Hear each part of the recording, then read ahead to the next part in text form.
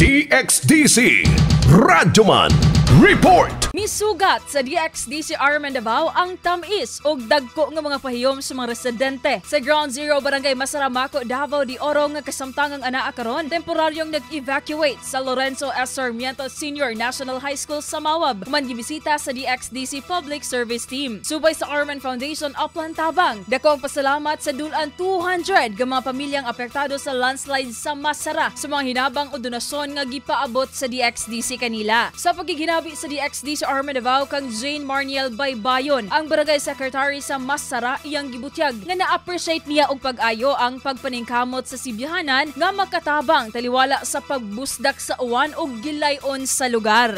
Daghang salamat kayo sa inyuha po. God bless kayo sa inyuhang sa DXDC, especially RMN Upland Tabang kay naningkamot yun mo, naghatag yun mo inisyatibo nga mo ari diri ihikap yun sa Ginoo ang inyuhang mga kasing-kasing para maabot mo din. Sa pagkakaroon, ang gusto na lang nila mahitabo maong mapahiluna na ang matag pamilya ug aduna nay mapuy-an aron usab maplastar na ang mga batang naapektuhan ang pagtungha. Kasama mo sa balita ug serbisyo publiko, Radyoman ID Paredo, Tatak, RMN. RMN News, Diretso Balitang Metro Davao.